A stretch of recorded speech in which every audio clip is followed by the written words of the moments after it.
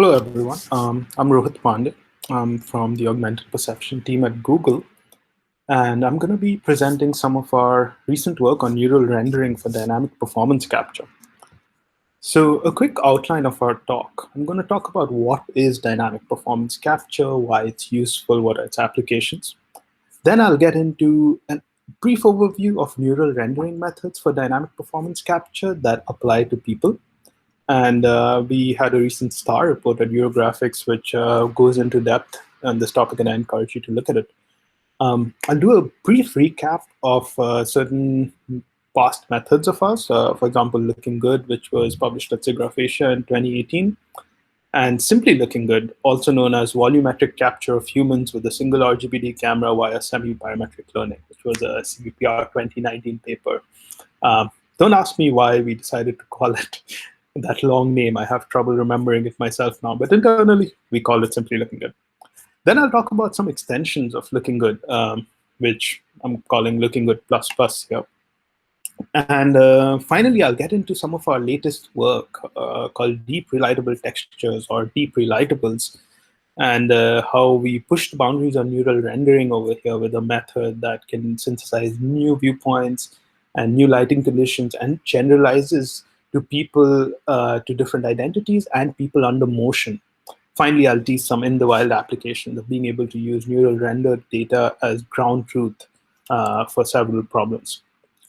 So, dynamic performance capture. It essentially consists of capturing multiple depth and RGB streams and then fusing them into a textured mesh, which can then be rendered from arbitrary novel viewpoints.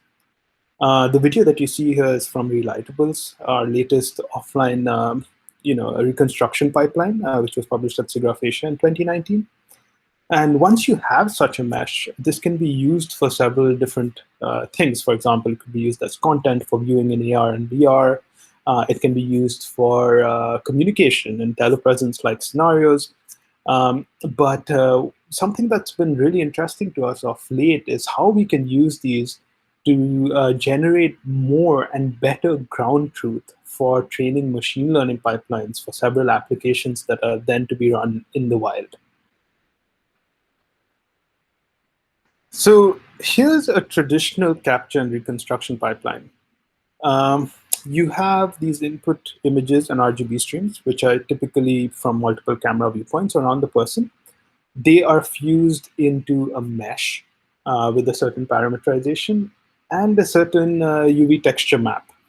Now, finally, these can be rendered from any novel viewpoints. Some approaches, like the Relightables work that's shown over here, use also a handcrafted BRDF model to be able to relight these meshes. So what Relightables does, in short, is takes gradient images as inputs, and we use a handcrafted BRDF, which makes a cosine lobe assumption to extract these normal maps, gloss maps, albedos, and then you can use lighting conditions and view directions to synthesize a relightable mesh, basically, which looks like it's under an arbitrary viewpoint. These can also be composited, of course, onto HDRI backgrounds. But they tend to have certain issues of themselves. Like there are certain imperfections in the geometry and the calibration. The handcrafted model makes certain assumptions. And given all of these issues, this leads to certain problems in the final rendering. For example, over here, you can see that there's lack of photorealism on the hand. The assumptions of the BRDF model do not factor in subsurface scattering, for example, and global illumination, and we lose some photorealism. There's also missing geometry in areas like hair, which is especially challenging, and we cannot recover from that. Also because the alpha masks, when we composite, are computed from the geometry itself, there are certain errors where there was edge fattening or where the geometry was missing, as you can see here. So in comes neural rendering. Now, the neural rendering has shown a lot of promise in being able to correct for some of these things.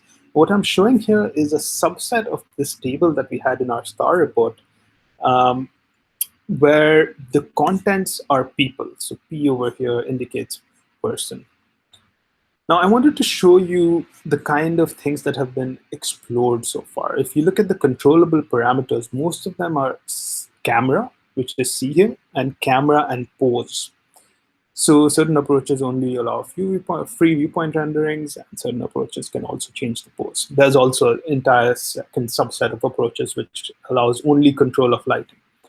But not a lot of neural rendering approaches allow changing both the camera and the lighting conditions jointly and support people in motion.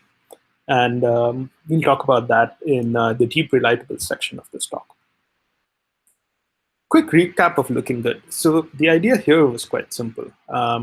We had this lower quality rendering coming from a mesh that was reconstructed using a real-time reconstruction pipeline. And we wanted to improve this rendering in some way using a deep architecture. So what we did was we rendered it to the target viewpoint and then re-rendered it using a UNet-like deep architecture to produce a better version of it. Now let's look at the inputs and outputs of the neural rendering pipeline. As I mentioned earlier, the input is a re-render. So this is actually a 2D image, which has been rendered to the target viewpoint.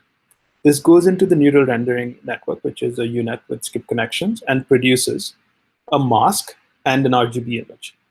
Now, we supervise the RGB image using certain witness cameras that we were able to place in the rig that were of higher quality and higher resolution when compared to the cameras that we used for reconstruction. So there was a loss added between the predicted RGB and the RGB that came from witness cameras. And we also computed this semantic mask using a separate machine learning approach, which we used to supervise the predicted mask. The actual semantic labels were used to supervise the face and head separately to have higher quality results. I'll get into a little bit details of that in the next few slides. The network architecture itself was super simple. It was a standard UNet with concatenation-based skip connections. And because our witness cameras were of higher quality and resolution than the reconstruction cameras, we could optionally add additional layers to this UNet and predict something that was of higher resolution than the input. Now, the crux of making this approach lay in the losses. We had to come up with a bunch of losses to get good results out of the system.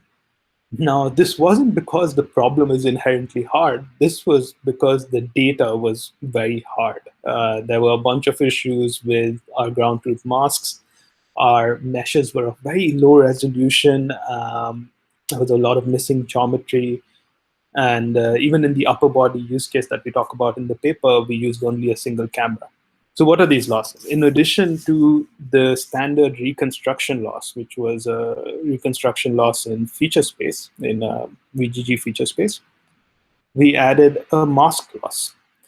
Now, this mask loss was essentially an L1 loss between the predicted mask and the ground truth mask. What this enabled us to do is not only have a mask for novel viewpoints during eval for compositing, for example, but it also enabled us to mask out the losses such that the network only focused on the foreground instead of trying to reconstruct the black background or lose capacity or have lower losses because of it. We added a head loss, which was essentially a separate loss on the head region only using the semantic labels. Now, the cool thing about this was there's this improved quality on the face and improved details on the face where the human perception is most sensitive. We added a very weak temporal loss. This temporal loss only looked at the difference between consecutive temporal frames between the ground truth and tried to make sure that that difference matched the prediction. The network itself did not see multiple temporal frames. What this did was it produced results where the output would not change as drastically when the input changed drastically. But it did not completely smoothen out the temporal flickering. We also added a stereo consistency loss, which basically took prediction and warped it to a different viewpoint and made sure both those viewpoints agreed with each other. This was important for VR viewing, for example, where you want to render consistent things to both eyes, for example. We also had to add a saliency loss to make this approach robust to outliers because of all the bad ground truth that we had. Like our mask was very noisy around the edges. So you can see on the image on the right over here, the network would just try to overfit to that noise and not focus much on the person. After adding the saliency loss, though, it was basically throwing away some outliers from the loss, and then the network would better focus on the person. Okay, let's quickly look at a few results here. As you can see, our prediction does a fairly decent job of fixing geometric errors. The mask looks reasonable as well. Um, but of course, there are some issues like there you can see like a slight white boundary across the person and things like that. But it still did fairly well given how bad the input was. Now, when you move to unseen people, you see it breaking down slightly more. There's some more errors here, but still it did get all the correct color from the inputs. The place where that approach struggled the most for unseen people was trying to fix geometry. One interesting case for this was the years. Our input mesh always had terrible years. And the network would give an unseen person a reasonable year as well, even though if it wasn't their own year. So it was a bit interesting. Here are some results for the upper body scenario, which was again a single camera looking at the person. So you can see high resolution texture because it was a single camera. There was no texture blending, but you see a lot of missing regions. And this was to highlight the whole filmability of the proposed approach. For unseen people as well, it did reasonably well. There's some movement in the completely missing areas because the network does not see multiple temporal frames. Okay, coming to simply looking good, also known as volumetric capture of humans with a single RGBD camera via semi-parametric learning. We pivoted into a slightly different direction here. The goal was to drop infrastructure and make volumetric capture more accessible to users at home.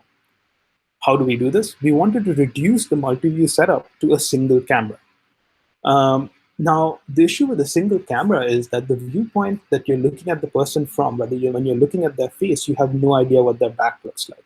And when you're looking at their back, you have no idea what their face looks like. So how do you generate the views of the person from the side that you cannot see? The assumption we made is that we can use a previously seen set of calibration images to infer these paths. So for example, the person would come in front of the system, turn around once in any arbitrary pose, and we wanted to leverage that information to fill in the regions that we cannot see. And this was the work that was published at CVPR in 2019. So here's the goal again.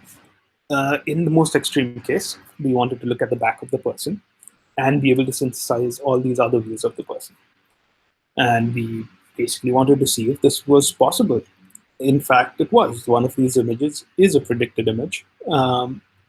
Although we'll get into the caveats of this method in a bit, but it did work. Here's the system again. So we take an input RGB, the input depth, the novel viewpoint that we want to render to, and a set of previously seen calibration images from all around the person in any arbitrary pose. There's a T-pose here, but it's not. It doesn't really matter what the pose is. This goes into our system, and we finally want to synthesize a novel viewpoint of the person. The framework consisted of 4 modules. The first 2 modules were not learnable, and the last 2 modules are learnable, shown in green over here. The first module is the re-renderer. Here it would take the current RGB and the current depth, take the novel viewpoint, and re-render the current RGB and depth to that novel viewpoint. We also did pose detection and lifted the 2D key points to 3D and re-rendered those 3D key points to the novel viewpoint as well. So in the novel viewpoint, now we had this re-rendered RGB, a re-rendered depth. These could be back-facing pixels, mind you, and a pose. And we also had normals and some other information like confidence over here. So this gives you the details of the current view, gives you the current pose in the novel view, but it's a different viewpoint. Like the person could be, the pixels could be back-facing, for example. The second non-learnable module is the calibration image selector. So we collected a bunch of calibration images when the system started, or these can be collected as the system is ongoing as well. And we wanted to choose one that was best for the current frame. The way we do this is we use the pose in the desired viewpoint K to choose a calibration image which was closest to this pose. Now, the way we did this was we wanted to select calibration images based on viewpoint. For example, if the target pose was looking at the person from the right, we want to pick a calibration image which is looking at the person from the right. In order to do this, we looked at where the person's head was facing and where the person's body was facing.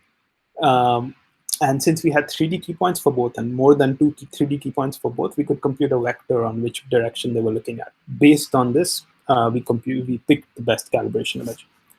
Now, this calibration image has the correct viewpoint. It's looking at the person from the right side, but the person might be in a different pose.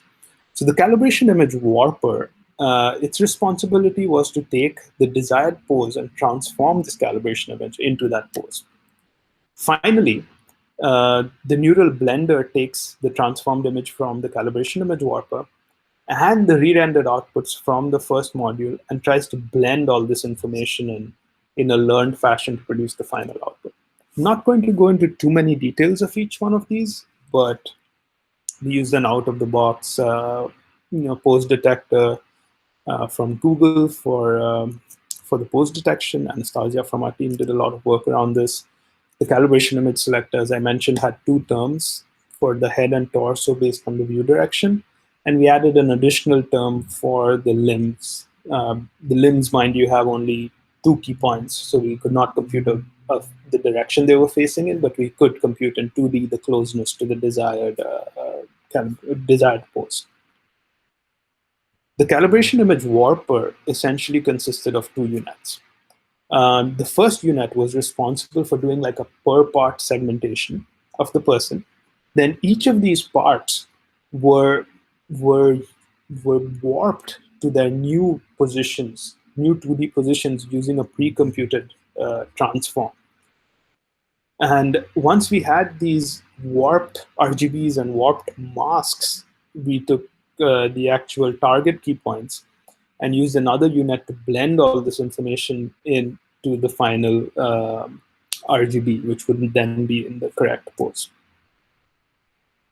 The neural blender then takes this RGB, it takes the re-rendered output, it takes the re-rendered normals, it takes the re-rendered confidences, which tell it whether it's back-facing or front-facing, the re-rendered output, and blends all this information and learns how to blend all this information to finally produce the target RGB or the desired RGB. We add reconstruction and GAN losses against this and the actual ground truth RGB from that viewpoint. Here we can see some results. We did not have a temporal term in this approach, unfortunately, so you can see a lot of flickering. You'll see that the hands disappear because these were actually not in the view of the target camera at all in our ground truth cameras. But it still looks somewhat reasonable given how hard the problem is. Here's another scene person. Despite the flickering, we're still getting reasonable outputs for multiple poses from a single view of the person. Moving towards unseen people, we see that it still manages to extract the information that we wanted from the calibration images and does not completely overfit to the training subjects. Of course, given that the misalignments might be much larger over here, for example, you can see the subject is wearing a hoodie and the network never really saw a hoodie. It struggles a bit more with unseen people, but was very comparable to the seen people as we saw. Here's the actual viewpoint generalization where we warp across the different camera viewpoints. And you can see, depending on what calibration image was selected, there's a little bit of movement, but it's quite reasonable. There are a lot of approaches. There are a lot of extensions to this work that we can potentially explore, but have not yet. Then came the switch to better data for us. So this data set that I've been showing, the looking good results and the simply looking good results, was captured with a rig which had 8 cameras. The cameras had a resolution of 1 megapixel, and the data set consisted of only about 15 subjects.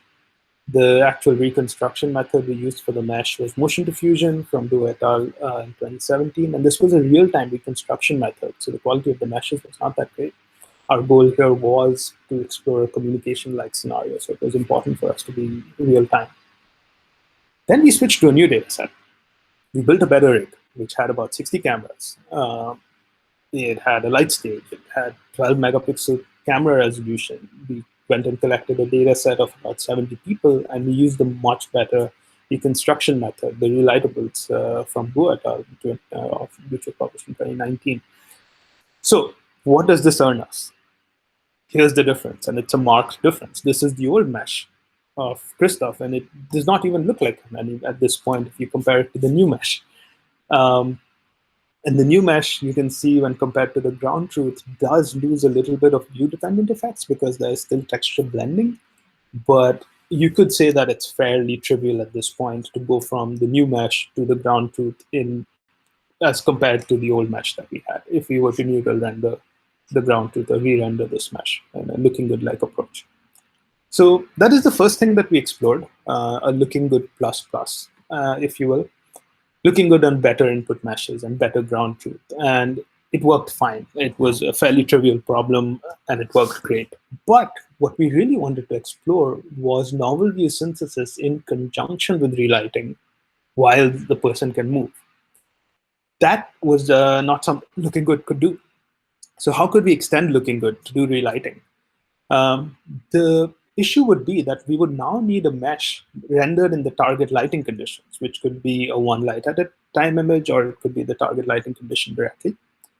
So these relightable meshes now need to come from the gradient images in order to support dynamic capture. Note that a one light at a time sequence would require the person to hold still for about 5-6 seconds, and we cannot use that for dynamic capture.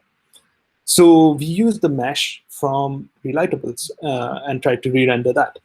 Now there were some issues. So we realized that the rendering was not very photorealistic when compared to the baked-in lighting that you saw in the previous slide. This was because of the handcrafted BRDF, the cosine lobe assumption. The rendering was approximated. There was no subsurface scattering and global illumination. How much do we really lose then? Here's the difference. This is a mesh with the baked-in lighting on the left and the relightable mesh on the right.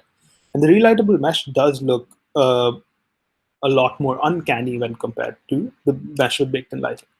Nevertheless, we ran looking good on the relightable mesh, and these are the results we got for a seen person, which were quite reasonable, I would say. It did fairly well. Sometimes you will notice that the mask can have issues, and we think that this is because our actual training data is trained with the one light at a time images, so it does not see a lot of pose variations because the person has to stand still. Then, when we actually went to the unseen person, we noticed a bigger drop in quality. It was more flickery, it had lower resolution, there were more issues with the mask because of the new pose. And we realized generalization is just difficult. And an approach like Looking Good, which uses just a UNet, which is very, very prone to overfitting, might not be the right way to think about this. So we started thinking about a new way of doing this, deep relightables. To reiterate the goals, we wanted control on viewpoint, we wanted control on lighting, and we wanted to be able to generalize to new appearances and new poses and support people in motion. Here you see the idea. These are example images of viewpoint synthesis, of light synthesis, again showing one light at a time images, and performance synthesis when the person is moving. And the final end goal is to generate these composited images that you see on the right. We want to composite the subject in a photorealistic manner against a novel background with a novel lighting condition, and use these composite images as ground truth for various machine learning tasks that were to be applied in the wild. That's the end goal. How do we augment our data? How do we expand our data and improve the performance, the results of tasks that we care about in the wild? So how do we do this? Let's look at the deep relightables pipeline. This takes gradient images as input. It takes a view direction of the gradient images, feeds it through a feature extractor, and computes these features. The feature extractor is a UNet here. Now, these features are in the source viewpoint. We use pre-computed warps to warp these features into UV space. These warps are pre-computed based on geometry. Once we are in the UV space, these features are then pooled together from multiple viewpoints to support a varying number of viewpoints. And we run a bunch of one-by-one convolutions to compute a neural texture. Note that this neural texture is quite different from approaches like deferred neural rendering because it is regressed from the actual input images. That means that we can generalize to an unseen pose and we can generalize to an unseen person as opposed to an approach like deferred neural rendering, which would learn a texture per pose per person. This neural texture is then rendered to the actual target viewpoint, where we give our neural rendering module this rendered neural texture and lighting information and viewpoint information, and finally synthesize an image under a novel lighting condition and viewpoint. In our case, during training, this is a one light at a time image, because we know that once we have a one light at a time image basis, we can generate an arbitrarily relit image from that. Let's look at some features of this feature extractor. It has gradient image input. Now, gradient images have a lot of information. They have information about the albedo, they have information about normals, they have information about view-dependent effects. The way you can think of gradient images is that it is this weird multiplexed image where each direction corresponds to a different color. So given a view direction, a network can infer about view-dependent effects depending on the color of the reflections. The view direction input essentially enables this. It enables these features to reason about these view-dependent effects. The network has information to say that because the reflection was red, it was potentially coming from a particular direction, for example. Now, note that this feature extractor is a UNet, and it has a relatively large receptive field, and we send in unmasked images to it. This enables the features to reason about pixels that the geometry does not capture. What this means is when we warp using geometry at this stage of the pipeline, we lose all the pixels that the geometry did not capture. But because we are warping features, each one of these features did have a receptive field that was larger than themselves. So they encode information about their spatial neighborhood. Potentially, the re-renderer could then, or the rendering module could splat this information and recover things that the geometry did not capture. The regressed neural texture itself, the UV features, as I mentioned, it's significantly different from approaches like deferred neural rendering because it's regressed from the input images themselves. And thus it supports generalization to unseen people and poses. The other cool thing about this is that we can change the resolution of the UV texture space between train and eval. During train, we can keep it to something smaller so that we don't have memory issues training on GPUs. But during eval, we can increase this resolution because we are using one-by-one convolutions which do not have any spatial extent. So now coming to the feature pooling and the one-by-one convolutions. The feature pooling enables feature extraction from a varying number of views. Not only do we don't just mean these features, we also factor in the actual camera visibility to weigh in the front-facing pixels a bit higher, and that's how we pool the pictures. It's like a weighted sum based on camera visibility. And this is independent of the order of the input views. Thus, it enables training with few views, but evaluating with all the views. And the other cool thing about this is that we can run our feature extraction and neural texture computation once during eval for novel view synthesis, and then just run the neural rendering module or the last module to synthesize novel views. Now, the other cool thing is that we can support changing UV parameterization. Because these warps are pre-computed based on geometry, the parameterization of the mesh can keep changing, and we could still have a reasonable UV texture, UV neural texture, because the one-by-one convolutions do not see the spatial extent of the UV texture. This enables our method to work with moving performers and actually generalize better. The network has all the information it needs at a per pixel level. So if the arrangement of pixels in the UV texture changes, we are not affected. Let's look at the neural re-renderer. The neural re-renderer takes these UV features, actually warped to the target viewpoint that we care about. And then there are two components. There's a neural shading component and an alpha mask prediction component. The neural shading component actually takes this information and some light-dependent information and feeds that to the neural rendering module to get the final output. Now, you could argue that the view direction and the light direction are sufficient information here, but giving it additional information like the reflection map and light visibility shown over here has certain advantages that I'll talk about in a bit more detail in the next slide. The second module, the second part is actually an alpha mask predictor, which we kept separate. Now, the good alpha mask is required in order to do compositing on novel backgrounds and put the person more photorealistically as if they were in another place to use to synthesize more ground truth.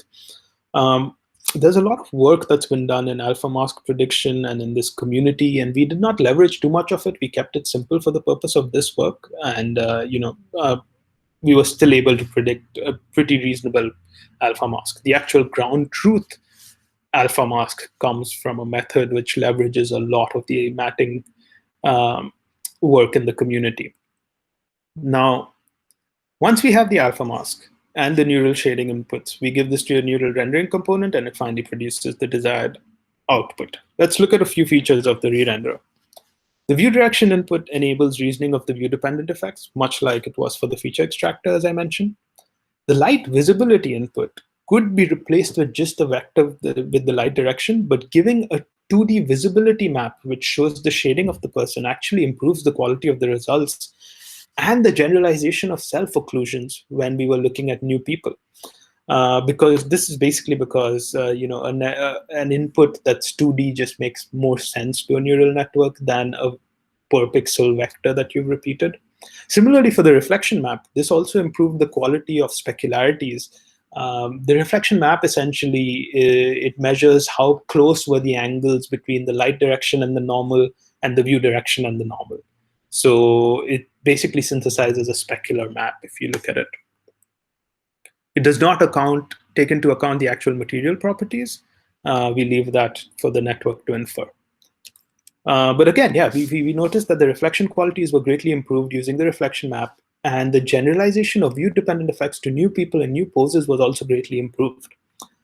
We also output an RGB at a 1x1 conv level itself in the re-renderer. So the re-renderer starts with a bunch of 1x1 convs.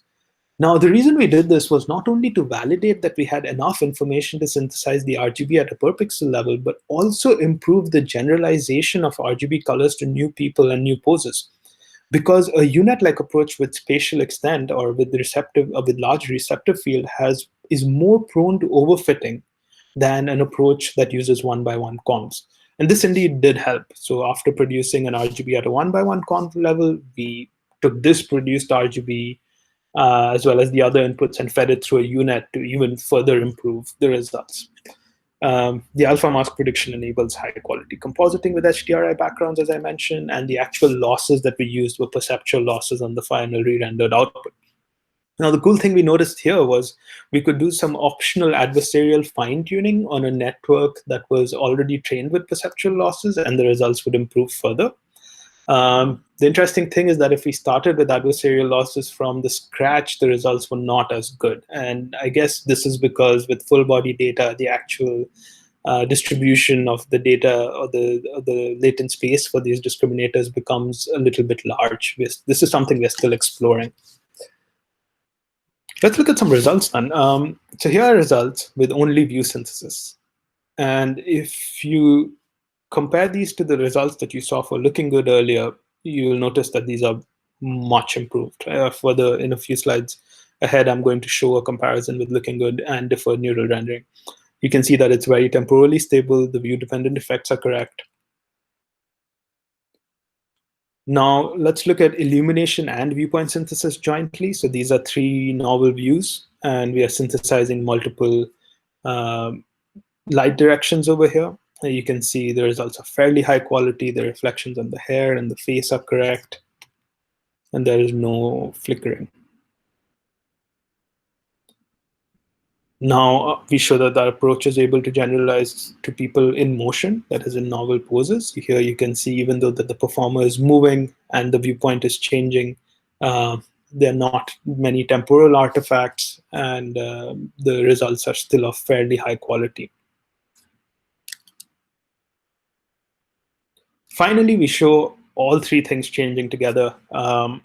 the viewpoint is changing, we're synthesizing novel views, we're synthesizing novel lights, and the approach is generalizing to new people that have not been seen by the approach.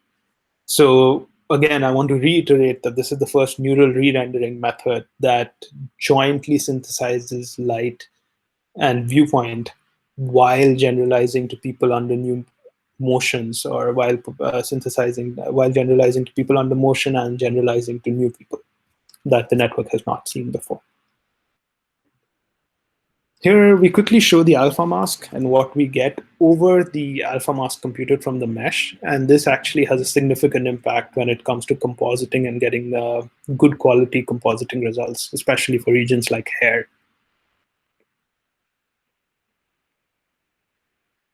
Here we show some viewpoint synthesis comparisons. Here you can see looking good on the left, deferred neural rendering in the middle, and the proposed approach. And the proposed approach does very comparably to deferred neural rendering, you will see, and does not suffer from some of the issues with looking good when it comes to temporal stability, or issues with the mask, because it needs more pose variation than our approach does.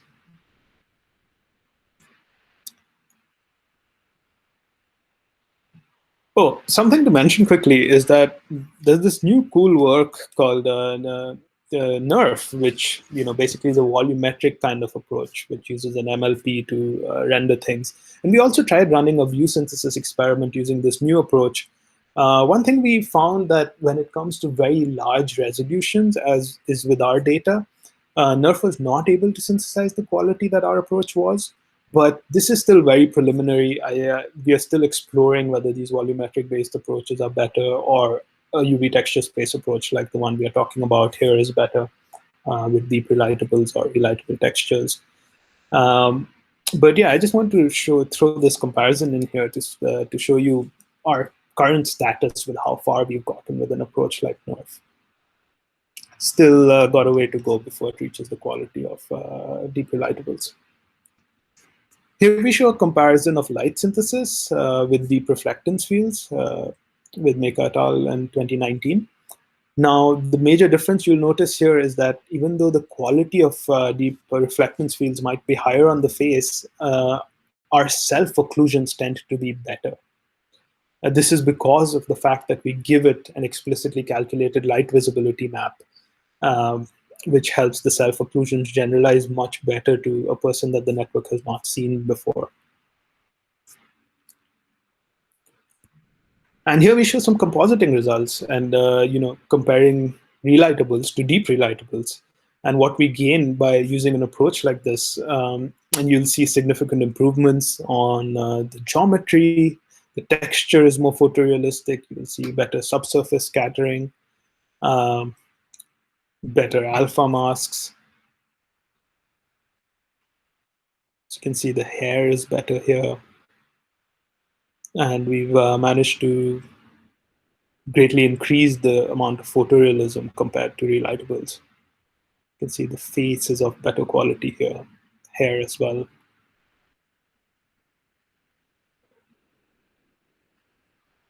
Over here, the initial example where I had shown in the limitations, the hair is a lot better with our approach.